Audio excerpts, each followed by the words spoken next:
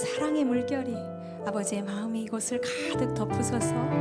우리 중심을 다해 찬양하며 나아갑시다.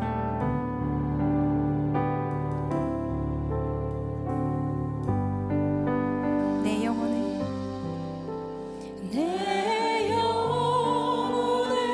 그 깊은 데서 맑은 가락이 울려나네.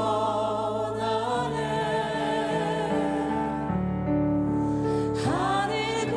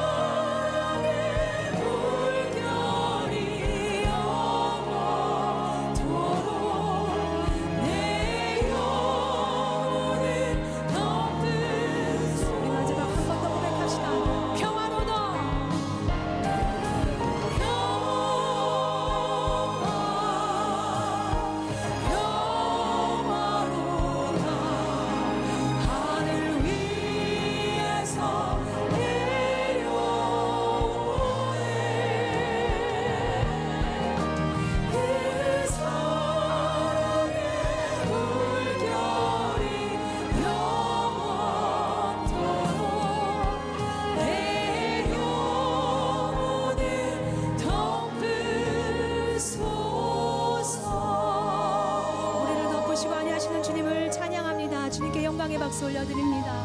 아멘. 여러분, 우리가 아침에 일어나고 잠드는 하루 일상이 우리 인생 전체를 요약하고 축소한 것인 걸 여러분 잘 아실 겁니다. 아침에 눈을 뜨고 기지개를 피는 것은 엄마의 뱃속에서 우렁차게 울면서 나와 손과 발을 흔드는 출생에 비유할 수 있고, 일터에 나가 하루 종일 일하는 것은 젊은 날 우리가 일터에 나가 일하고 있는 우리의 청춘을 이야기하는 것이고, 저녁 어스름 짙어오는 저녁녘 퇴근하는 것은 이제 직장에서 물러나 은퇴를 하는 것이고, 집에 들어와서 샤워를 하고 식구들과 밥을 먹으며 두런두런 이야기하는 것은 인생의 짐을 벗고 이제 가족도 돌아보고 친구도 돌아보며 인생을 마무리하는 것이고, 이제 밤이 깊어오면은 침대에 누워 엎드려 자는 사람이 있는지 몰라도 대부분 천장 보는 것 같지만 천장이 아닌 하늘을 보고 잠에 드는 것은 우리의 죽음을 상징하며, 날마다 하늘을 보고 잠에 드는 것은 저기가 너희의 고향이다 라고 하는 것을 매일 가르쳐 주시는 하나님의 섭리가 들어있는 겁니다. 우리는 매일 밤 우리가 어디를 향해 가고 있는지, 죽음 이후에 이 눈을 감으면 어디로 가야 하는지, 내 태어난 고향이 아니라 진짜 내 영혼의 고향이라 하여 본래의 고향, 본향은 어딘지 우리가 그곳을 향해 걸어가고 있는 순례자들입니다. 그래서 날마다 우리는 이 신앙생활이라는 건 매일 밤 쳐다보는 저 하늘 아버지 나라, 그곳을 향해 나아가는 신앙이죠. 찬송가에 나오는 것처럼 저 높은 곳을 향하여 날마다 나아갑니다. 내 뜻과 정성 모두어 날마다 기도합니다. 내 주여 내 발 붙드사 그곳에 서게 하소서. 그곳은 빛과 사랑이 언제나 넘치옵니다. 명절이 되면 부모님이 계시는 고향을 찾아갑니다. 4시간 거리도 10시간씩 걸렸다 하면서도 어머니 아버지 계시는 그 고향 말이죠. 정지용 시인의 넓은 물 동쪽 끝으로 옛 이야기 지질대는 실개천이 휘돌아 나아가고, 얼룩배기 황소가 해설피 금빛 게으른 울음을 부는 곳. 제가 잊어먹었다고 생각하지 마세요. 이게 다 운율이에요. 그곳이 차마 꿈엔들 이칠리야. 고향을 향해 김준태 시인의 고향에서는 뒤로 자빠져도 풀이 나를 받아준다고 그러죠. 그러한 고향을 향해 우리는 찾아갑니다. 그런데 고향을 찾는 사람들은 원래가 본향을 찾는 사람입니다. 태어난 고향이 있으면 영혼이 온 본향도 있는 것 아니겠습니까? 따라서 우리가 살다가 예수를 만나고 진짜 아버지, 하나님 아버지가 우리에게 생겼으면 그 아버지 계신 본향을 우리는 천국이라고 그러고, 그 천국을 향해 우리가 매일매일 걸어가고 있는 순례자 아닙니까? 구약에 믿음의 선배들이 많습니다. 히브리서 11장에 보면 아브라함으로부터 시작하여 우리 앞서 걸어간 구약의 수많은 신앙의 선배들은 자기의 눈으로 천국을 본 적이 없지만 멀리서 그 천국의 그림자만 보고서도 그 천국에 가기 위해 자기의 인생을 드리고 자기의 생명을 바치기까지 보지도 못한 천국을 본 것처럼 걸어갔던 믿음의 선배들의 이야기가 구약에 나오고 있습니다. 근데 신약 성경에 오면 감사하게도 천국을 직접 본 사람들이 등장하기 시작합니다. 신약 성경에 나오는 사람 중에 천국을 직접 본 2사람은 사도 바울이요 사도 요한입니다. 사도 바울은 제가 전도서 설교를 할 때에 해 위의 세상과 해 아래의 세상이 있다고 그랬고, 해 위의 세상은 빛으로 가득하여 영원한 하나님이 다스리시는 세상이라고 해서 올람의 영원이라는 뜻의 올람의 세상이고, 해 아래의 세상은 시간 속에서 모든 것이 늙어가고 죽어가고 쇠퇴해가는 허무의 세상이라고 그래서 헤벨의 세상이라고 그랬습니다. 해 아래의 모든 것이 헛되고 헛되나 해 위에 하나님 계신 올람의 세상은 영원하고 영원하니 헤벨에서 올람을 향해 살아가는 게 신앙생활이라고 그랬고, 이 헤벨에서 자기의 인생의 출세를 위해서 사람 잡아 죽이려고 달려가던 다메섹 도상 어느 지점에서 갑자기 하늘문이 조금 열려 바늘구멍이 난 것처럼 그 올람에서 빛 한 줄기가 한 사람에게 쏟아져 내려오는데 그게 바울의 정수리로 쏟아진 올람에서 내려오는 빛이었고, 그 빛이 그 바늘구멍만한 빛인데도 불구하고 태양보다 더 밝아 눈이 멀어버리고 말죠. 음성이 들려오는데 예수님의 음성이 들려오니 그 빛은 다름 아닌 그 자체가 빛이신 예수님에게서 나오는 빛이었다는 것을 알고 그때부터 자기의 인생이 바뀌게 됩니다. 그리고는 정식적으로 이제 나는 저 해 위의 빛을 위해 살아야 되겠다, 들려주던 그분의 음성을 위해 살아야 되겠다고 자기의 인생의 궤도를 수정한 다음에 아라바 광야로 가서 3년 정도를 하나님과 깊은 묵상 가운데 있다가 위대한 사도로 쓰임받게 되는데, 그때 본격적으로 사역을 시작하기 전에 어느 날 문득 자기의 몸이 쑥 진공청소기에 빨려 들어가듯이 어디로가 빨려 들어서 천국으로 직접 올라갔다가 천국을 보고 그가 내려와서 그때부터 인생이 바뀌어져 버립니다.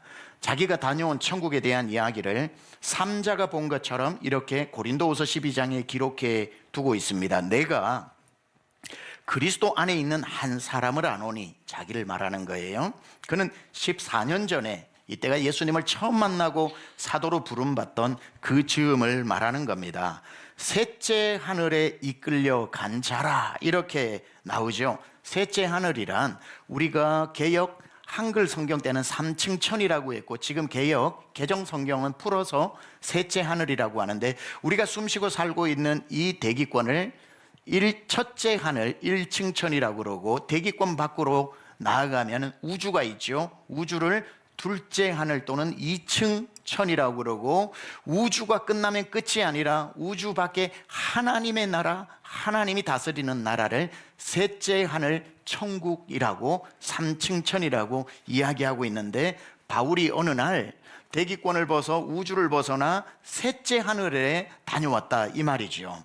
셋째 하늘에 이끌려 간 자라, 그가 그때 그 몽환 중에, 그 환상 중에 몸 안에 있었는지 몸 밖에 있었는지, 아니면 내 몸은 있고 내 영혼이 쑥 빨려 나갔는지 모르겠지만 몸 안에 있었는지 몸 밖에 있었는지 나는 모르거니와 하나님은 아시느니라. 그가 낙원으로 이끌려가서 말로 표현할 수 없는 말을 들었으니 사람이 가히 이르지 못할 말이로다. 올라가서 보니까 너무나도 놀라운 천국의 광경이 보이는데, 문제는 뭐냐면은 이 본 것을 사람의 언어로 담아내지를 못하는 거예요. 무엇으로 표현해도 부족한 거예요. 그러다 보니까 그가 그래도 좀 설명해 주면 좋을 텐데, 천국이 있더라, 내가 직접 다녀왔다라고 하는 팩트만 이야기하고 사람의 말로는 표현할 수 없다라고 간단히 정리하고는 설명을 안 해줍니다.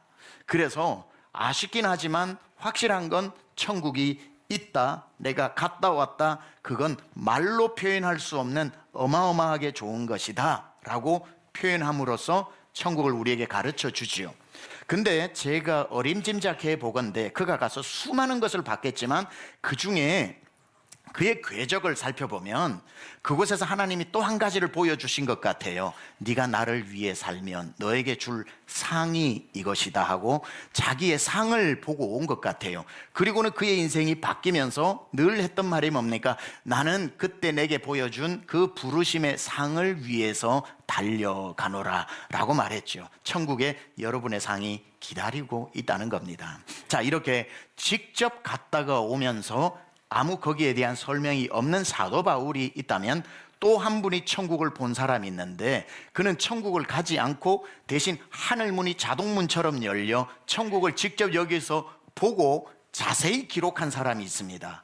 반모섬이라는 곳에 있다가 어느 날 하늘문이 쫙 열리더니만 천국의 돌 하나에서부터 나무 한 그루까지 흐르는 바닷물결같이 빛나는 하나님의 해보다 달보다 더 빛나는 그 하나님의 빛을 자기의 눈으로 다 본 다음에, 그리고 그것을 낱낱이 기록하는데 대신 천국에 있는 모든 것은 이 땅에 있는 거 없는 것이기 때문에 설명할 길이 없어서 그가 최대로 그럼에도 불구하고 우리에게 천국을 알려주고 싶어서 가장 근접한 내용들을 비유해서 적어 놓은 겁니다. 천국에 녹보석이 있고 홍보석이 있다고 하지만 그건 녹보석보다 10,000배는 좋은 것이고 홍보석보다 10만 배는 좋은 것이라서 홍보석, 녹보석으로 표현하면 안 되지만 그래도 인간 세계에서 그걸 이해하기 위해 제일 가까운 게 홍보석이고 녹보석이니까 인간의 보석 이름을 써서 보석이 많더라, 바다가 유리로 되어 있을 리는 만무하지만 그 투명하기가 이럴 데 없어 표현하자니 유리 바다와 같이 있더라라고 하는 방법으로 써놓은 것이 바로 요한계시록이라는 겁니다. 요한계시록에 그가 실상으로 본 천국을 인간의 언어로 낱낱이 기록했던 내용이 바로 천국. 그러니까 바울은 다녀온 사람이고 사도 요한은 이곳에서 천국이 열려서 본 사람인데, 오늘은 여러분과 함께 사도 요한이 보고 적어놓은 천국이 어떤 곳인지, 고향은 못 가도 천국은 가야 되니까 천국을 좀 알고 우리가 그곳에 가는, 저 높은 곳을 향해 걸어가는 데는 더 힘이 나고 더 신이 나고 더 간절해질 수 있기 때문에 요한이 증언한 천국, 저와 여러분이 읽었던 많은 여러 군데가 있지만 특별히 오늘 본문에 나오는 천국 몇 가지를 한번 살펴볼 테니까 여러분 앞에 펼쳐질 이 천국 잘 한번 살펴보고 사모하고 그 길 걸어가실 축복합니다. 첫 번째, 오늘 본문에 의하면 천국 어떤 곳인가 하니까 그곳은 모든 것이 새로워지는 곳입니다. 모든 것이 새로운 곳입니다. 1절에 보니까 또 내가 새 하늘과 새 땅을 보니 처음 하늘과 처음 땅이 없어졌고 바다도 다시 있지 않더라. 천국에 가면 바다처럼 보이지만 내가 봤던 바다가 아니고, 하늘처럼 보이지만 내가 봤던 하늘이 아니고, 땅은 보이지만 내가 봤던 땅이 아니라 다 완전히 새로워지는 곳입니다. 여러분 핸드폰 다시 껐다가 켜면은 재부팅되는 것처럼 천국에서는 모든 것이 이전 것은 지나갔으니 보라 새 것이 되었도다. 새 하늘, 새 땅, 새 사람, 새 세상, 모든 것이 새 감정 다 완벽하게 새롭게 바뀌는 곳. 그곳에 오늘 본문에서 사도가 땅과 하늘이 있더라 안 그러죠? 새 하늘과 새 땅이 있더라 이렇게 말하죠. 여기에서 더 중요한 것은 우리가 살아왔던 모든 것들이 다 새로워진다라고 하는 것은, 여러분 성경에서 우리를 구원하실 때 뭐라 그럽니까? 누구든지 그리스도 안에 있으면 새로운 피조물이라 이전 것은 지나갔으니 새 것이 되었도다. 우리는 예수 믿고 새로운 존재가 되었습니다. 그런데 천국이 헝거면은 안 되죠. 세술은 세부대. 그러니까 우리를 맞이하기 위해 천국은 모든 것이 완벽하게 새로운 것이 천국이다 이 말이죠. 자, 그런데 새로운 것이 왜 중요하냐라고 했을 때에 제가 읽은 책 중에 C.S. 루이스의 천국과 지옥의 이혼이라고 하는 책이 있어요. 여러분 천국과 지옥은 영원히 못 만나는 곳입니다. 건너갈 수도 없는 곳입니다. 그래서 이혼이라고 하는 표현을 시적으로 C.S. 루이스가 사용했는데 거기 이런 얘기가 하나 나와요. 어떤 사람이 열차를 타고 지옥을 다녀오고 천국을 다녀오는 이야기를 써놓았습니다. 한 사람이 열차를 타고 먼저 지옥을 가는데 쭉 어떤 한 인생의 과거를 지나고 현재를 지나고 미래를 지나가는 장면이 나와요. 근데 지옥은 어떤 곳이냐면 그 사람의 과거도 어둡고 현재도 어둡고 미래도 흑암 속에 깜깜한 것을 보고 지나가는데 이곳이 지옥이다라고 하는 겁니다. 그러고는 그 기차가 천국으로 옮겨져요. 천국으로 옮겨져서 한 사람의 인생을 비추면서 지나가는데 과거도 빛나고 현재도 빛나고 미래도 빛나는 곳, 빛으로 가득 찬 곳을 보여주면서 이곳이 천국이다라고 이야기를 합니다. 그러면서 C.S. 루이스가 이야기하는 게 뭐냐면, 지옥이란 내 과거가 조금도 상처가 회복되거나 나아지지 않고 그대로 어둠 속에 있는 것, 내 모든 것이 어둠 속에 내버려진 곳이 지옥이라면, 천국이라고 하는 것은 여러분의 지난 과거를 보면 기분 좋을 때도 있지만 너무 후회되는 것도 있죠. 그때 그러지 말았을 걸, 그때 내가 좀 더 잘해줄 걸, 그때 내가 그 선택을 하지 말 걸 그랬어, 그때 내가 한 번 더 이렇게 했으면 지금 좋아졌을 텐데, 그때 우리의 과거를 생각하면 후회되는 어두움들이 많아요. 그때 한 번만 내가 이렇게 얘기해서도 오늘 달라질 수 있었고, 그때 한 번만 내가 이런 말을 해줘서도 이렇게 우리가 어려워지지 않았을 텐데 하는 그 과거가 어둠 속에서 우리를 괴롭혀서 트라우마가 되고, 그것이 우리에게 있어서 우울증이 되고, 우리에게 있어서 어둠이 되고, 과거의 어둠이 오늘의 어둠을 빛을 덮어버리고 미래도 깜깜해지는 게 우리의 모습 아닙니까? 근데 천국에 갔을 때는 그 모든 과거의 어둠들도 다 바뀌어져서 빛으로 바뀐다는 거예요. 그러니까 과거에 묶여 살지 않고 어떤 내 과거도 이랬으면 좋았을 걸, 저랬었어야 하는 대로 바뀌어지면서 모든 것들이 내 삶이 빛 가운데에서 바뀌어지는 것, 새로워지는 것, 내 감정까지도, 내 과거에 후회되는 것까지도 다 리셋되어져서 새로워지는 것, 그것이 새하늘과 새 땅 아래 살아가는 새 사람의 천국의 모습이라고 증언하고 있습니다. 두 번째, 천국은 어떤 곳인가? 라고 했을 때에 천국은 천국에 있는 예루살렘이 모든 사람에게 선물로 주어지는 곳입니다. 2절에 보니까 같이 읽어봅니다. 시작. 또 내가 봄에 거룩한 성 새 예루살렘이 하나님께로부터 하늘에서 내려오니 그 준비한 것이 신부가 남편을 위하여 단장한 것 같더라. 자, 천국에 들어갈 때에, 천국에 들어가면은 하나님이 주시는 선물이 있는데 새 예루살렘을 주십니다. 자, 여러분, 여기서 새 예루살렘이라고 하는 것은 어떤 의미냐면, 예수님 당시 또는 더 이전으로 들어가면 이스라엘이라고 하는 나라가 있죠. 이스라엘의 수도가 예루살렘입니다. 예루살렘 한중앙에는 시온산이 있고 거기 하나님의 성전이 있습니다. 예루살렘은 거룩한 성, 하나님이 다스리는 도시, 하나님이 택한 자들만 부르시는 거룩한 성이 예루살렘입니다. 예루살렘, 그냥 대놓고 하겠습니다. 살렘, 그 거룩한 성, 그 예루살렘이에요. 자, 제가 누가복음 성경 강해 때 조금 말씀드렸는데, 예수님 당시에 예루살렘의 모든 사람이, 갈릴리에 사는 사람, 여리고에 사는 사람, 조단 동편 이편에 사는 사람, 꿈에도 소원이 예루살렘에 내 집 가지고 사는 건데 못 살아요. 그건 꿈의 도시이기 때문에 고관 대작들, 대제사장들, 그리고 갈릴리에 땅 붙여 먹고 사는 범인들과 농부들이 토지 경작권이 있지만 소유권이 전부 갈릴리에 사는 부자들에게 있다고 제가 그때 누가복음 강의하면서 알려드렸죠. 전 국토의 80% 이상을 예루살렘에 살고 있는 부자들이 소유하고 있는 거예요. 그러니까 어마어마한 부자가 되거나 가장 높은 대제사장이 되거나 귀족 계급이 되는 사람만 살 수 있는 특별한 곳이었기 때문에 누구나 살고 싶지만 아무나 살 수 없는 곳이 예루살렘이었는데, 우리가 천국으로 가게 될 때 천국에서 하나님이 우리에게 그 예루살렘 말고 그것과는 비교할 수도 없이 좋은 새 예루살렘을 천국에 오는 모든 자에게 나누어 주신다는 거예요. 만약에 여러분 천국을 갔는데도 또 특별한 사람만 불러서 특별한 예루살렘에만 살게 하고 나머지 고만고만한 사람들은 흩어져 살게 한다면 그곳이 어떻게 천국이겠냐, 이 말이죠.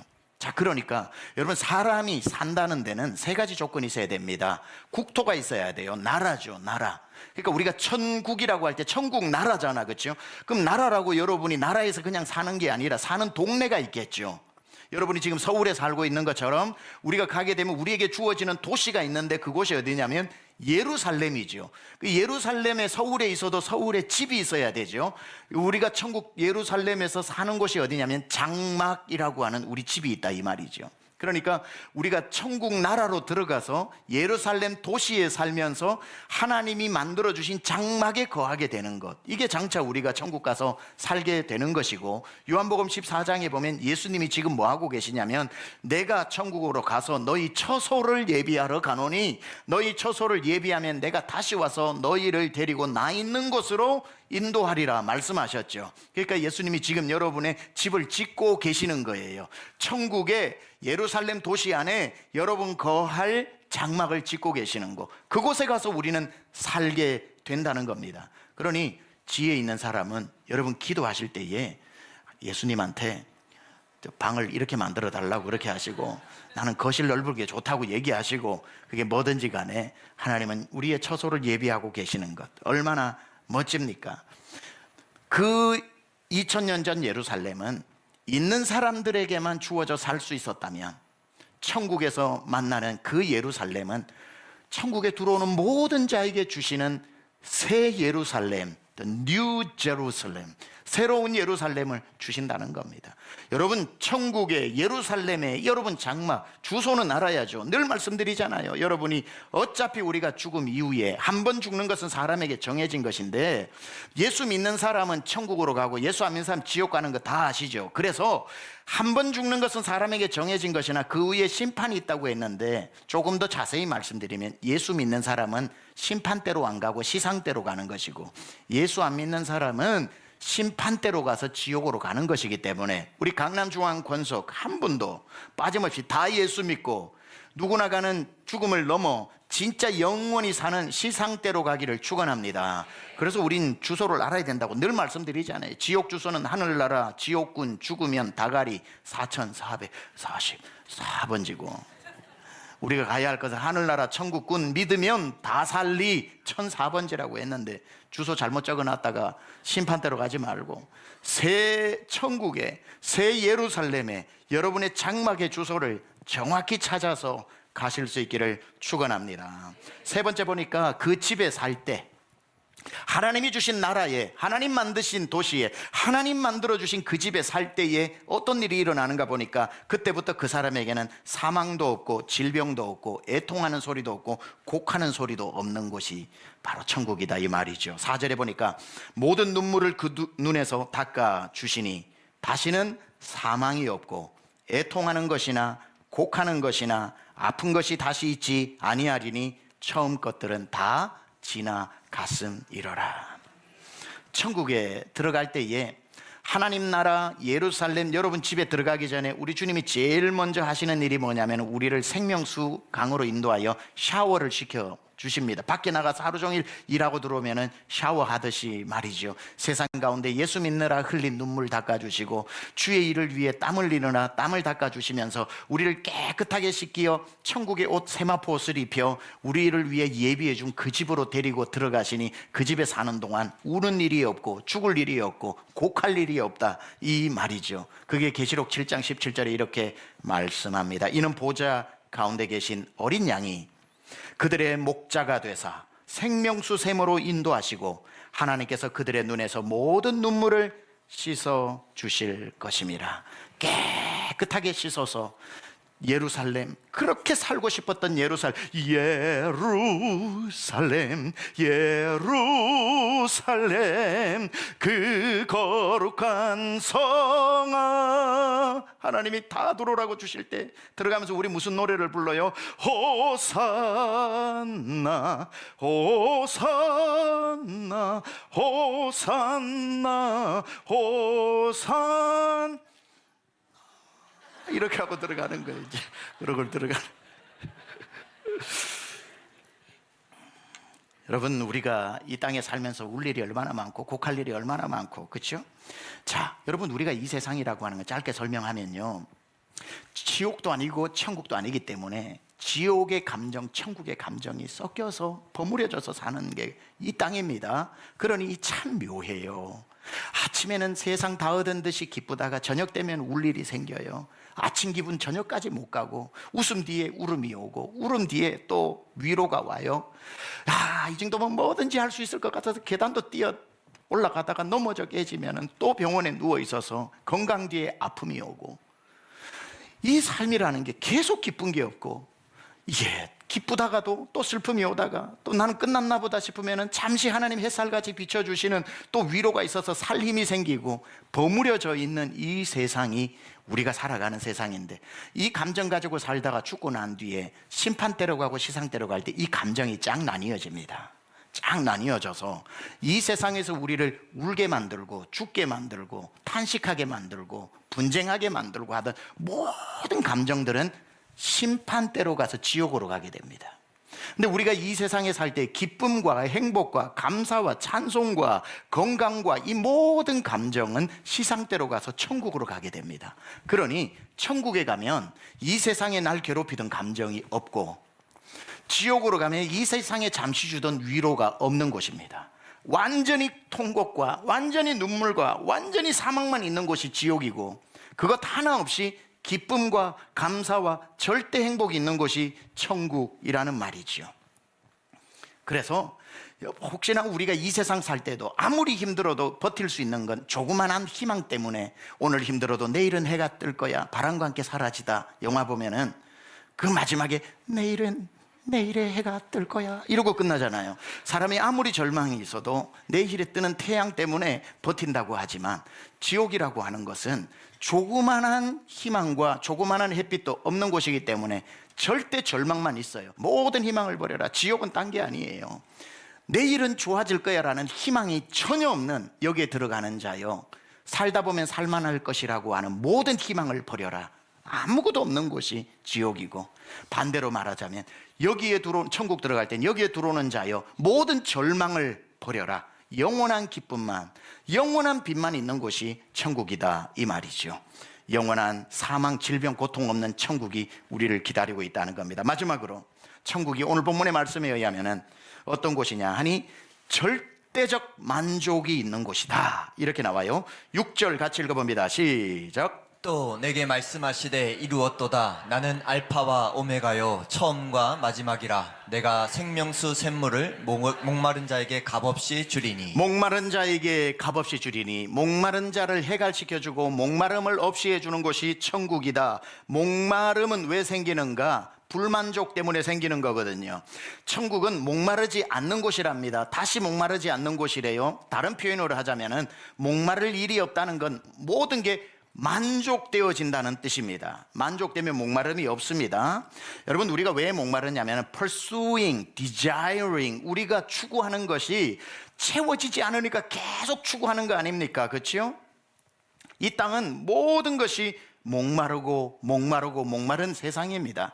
여러분, 바닷물을 목마르다고 마시면 해갈이 되나요? 갈증이 커지나요? 이 세상의 모든 것은 바닷물과 같아서 채우면 더 채우고 싶고 가지면 더 가지고 싶은 만족이 없습니다. 아무리 많이 가져도 만족을 주지 못하기 때문에 그래요. 우리 한국이 월드컵 4강에 올라간다는 것은 있을 수 없는 어마어마한 사건이었음에도 불구하고 히딩크 감독이 뭐라고 외쳤습니까? 나는 아직도 배가 고프다. I am still hungry. 이게 우리 인간의 욕망이고 추구다 이 말이죠. 그게 발전을 가져오고 인간의 세상에는 좋은 면도 있지만 우리의 세상에 감사를 잃어버리게 되는 것도 있습니다. 이 세상에 돈을 아무리 모아도 그래요. 미국에 사는 사람들이 부자의 개념들이 이런 게 있습니다.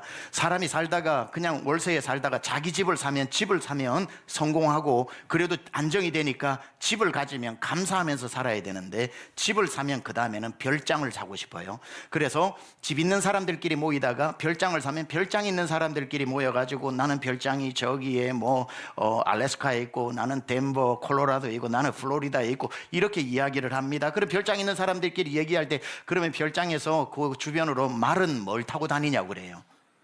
Horse? I don't have a horse. 넌 별장이 있는데 말이 없냐? 말을 5억 주고 10억 주고 몇십억 주고 산다 이 말이에요. 그러면은 그 사람은 집에 와가지고 별장 있으면 뭐해? 말이 없는데 하고 자기 머리를 쥐어박으면서 별장 가지고도 만족을 못해요. 그래서 돈 모아가지고 말을 사면서 다시 그 모임에 가면은 이제는 말 얘기를 안 하고 그 말은 있으면 그 요트는 뭘 가지고 있냐고 그래요.